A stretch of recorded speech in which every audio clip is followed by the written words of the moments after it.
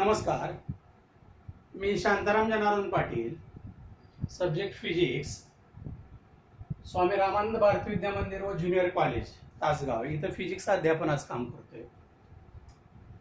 आतापर्यंत मी second topic complete केलेला आहे, मेकॅनिकल प्रॉपर्टीज ऑफ फ्लुइड्स. आणि त्याच्यानंतरचा टॉपिक जो आहे, थर्ड टॉपिक जो आहे तो kinetic theory of gases and radiation असा आहे.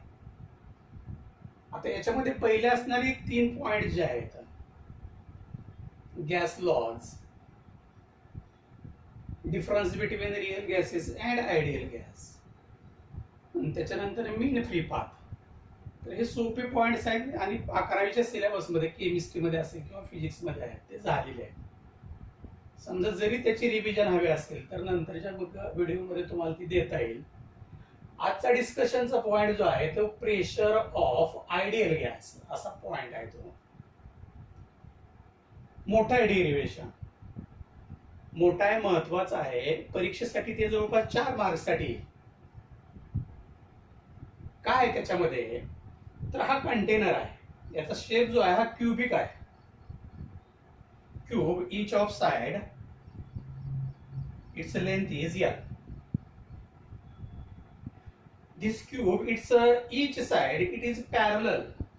One side it is parallel to positive direction of x-axis, another side parallel to positive direction of y-axis, and a third side it is parallel to positive direction of z-axis.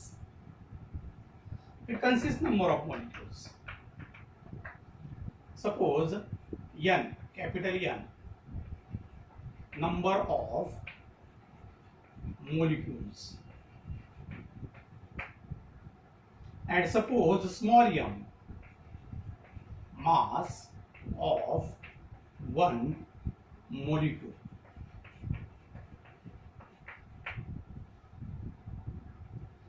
N number of molecules, small m, mass of each molecule, or mass of one molecule. If the side of cube is L, then this surface area we can write area it is equal to L square, or volume of cube it is equal to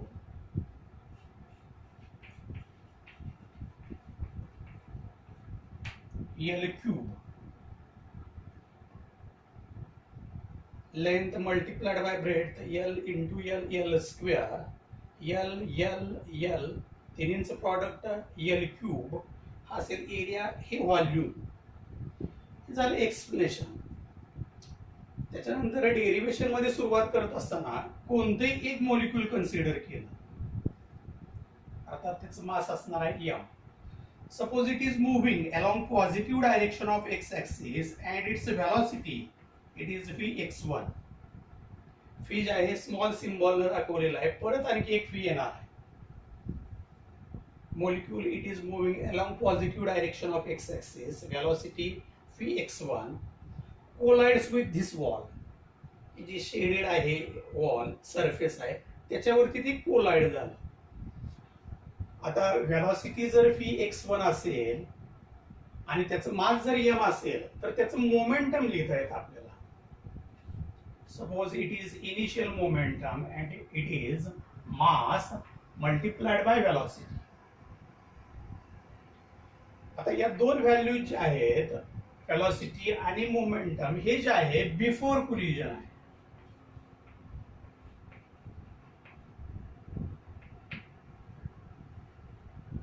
collide झालं, rebound झालं, velocity magnitude same राहील, मात्र direction change होईल. Therefore minus v(x1). Then final momentum it will becomes minus m v(x1). It is momentum after collision. Now change in momentum during the collision, change in momentum it is equal to final momentum minus initial momentum. It is equal to minus m phi x1 minus again value phi x1, it is equal to minus 2 m phi x1. Molecule collides, rebound, final momentum, initial momentum, final momentum minus initial momentum, it is equal to minus twice m phi x1. It is a change in momentum. This is the change in momentum of the molecule. Law of conservation of momentum 9वीला किंवा 11वीला झालेला आहे. दोन bodies मध्ये जर collision झालं, their total momentum before collision is equal to total momentum after collision. आता इथे कोलिजन होण्यापूर्वी या दोन बॉडीजचं जे कोलिजन मोमेंटम आहे म्हणजे मॉलिक्यूल आणि सरफेस, त्याचं एकूण असणार मोमेंटम जे आहे ते 0 आहे. कोलिजन झाल्यानंतर law of conservation of momentum principle प्रमाणे कोलिजन झाल्यानंतर सुद्धा तेवढंच पाहिजे. मात्र हे मॉलिक्यूलचं असणार मोमेंटम आहे minus twice M V x1. Therefore, change in momentum of the surface, हेच change in momentum ह्या मॉलिक्यूल साठी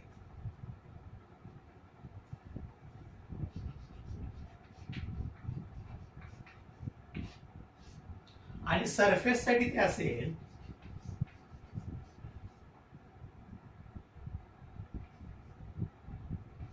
ट्वाइस एम व्ही x1.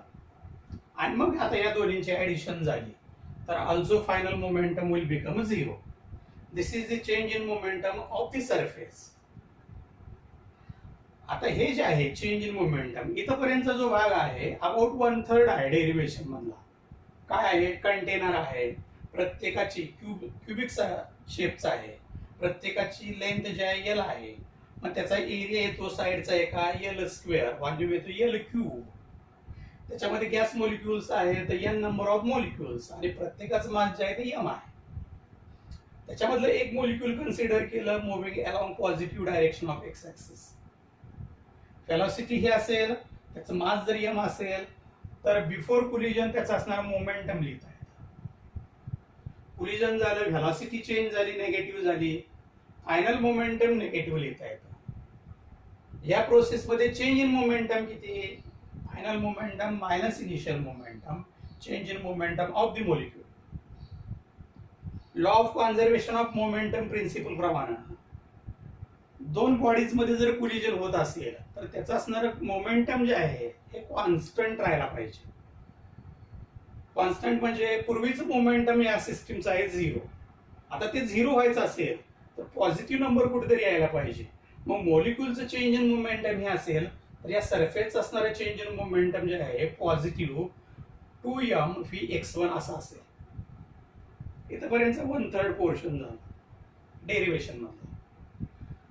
तर नंतरचा पार्ट जो आहे हे चेंज इन मोमेंटम जे आहे हे आपल्याला फोर्स मध्ये कन्वर्ट करायचं आहे. Force exerting during the collision on this surface ते डिटरमाइन करायचं असेल, we have Newton's second law of motion. F is equal to mass into acceleration. Acceleration आपल्याला असं लिहिता येतं mass change in velocity initial final minus initial velocity divided by time. आणि हेच परत मास न आतमध्ये मल्टिप्लाय केल्यानंतर M V minus M U divided by time. Final momentum minus initial momentum divided by time it is equal to force. आता इथं आपल्याला change in momentum माहित आहे, मग कोणता फॅक्टर डिटरमाइन करावा लागतो? हा फक्त फॅक्टर डिटरमाइन करावा लागतो, टाइम फॅक्टर डिटरमाइन करावा लागतो. आता तो कसा डिटरमाइन करता येईल बघा.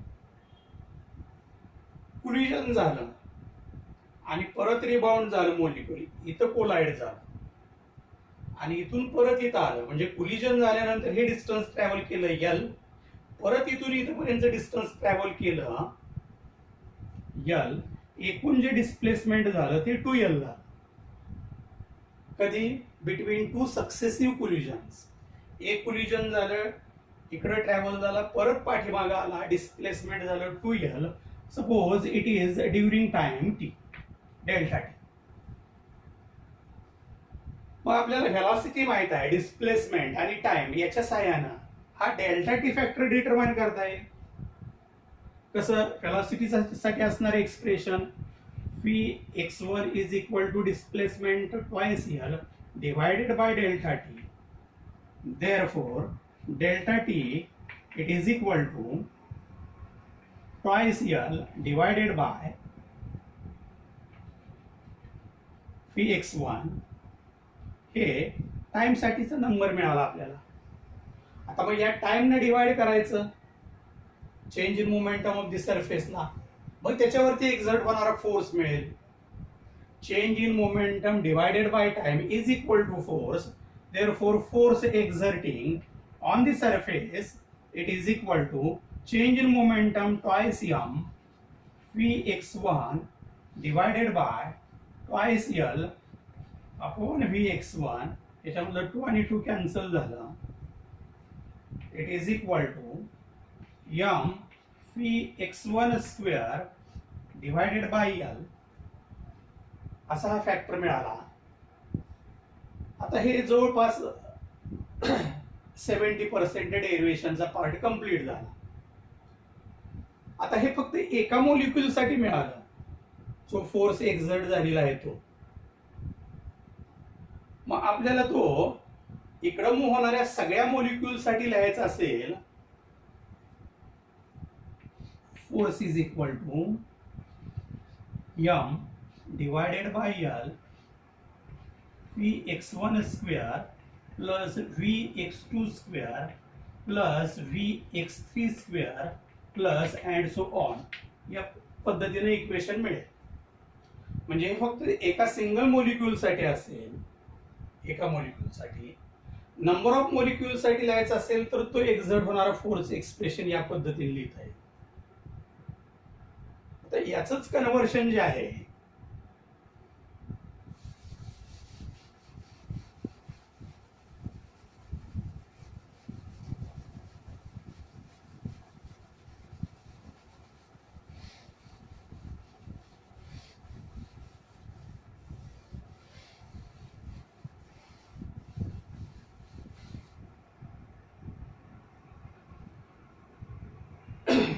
या व्हेलॉसिटीज स्क्वेअर आहेत.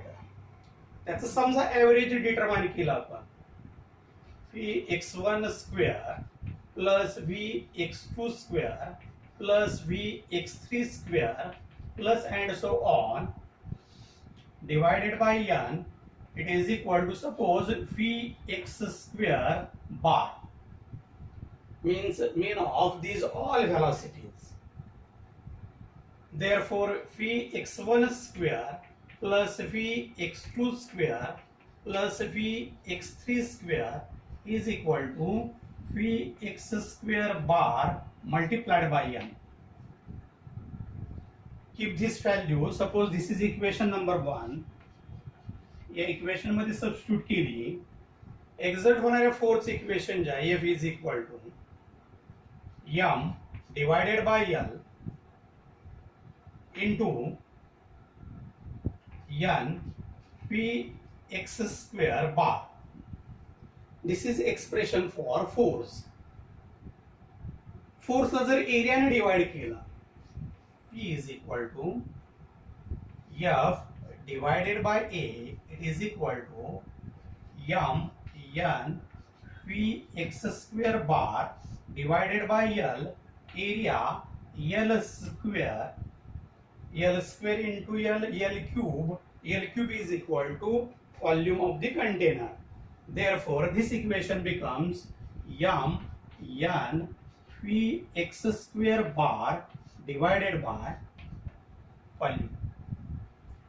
Pressure exerted by the gas on this surface, it is equal to m mass of one molecule, n number of molecules, phi x square average of these velocities divided by volume of the container. The last step राहते derivation मधली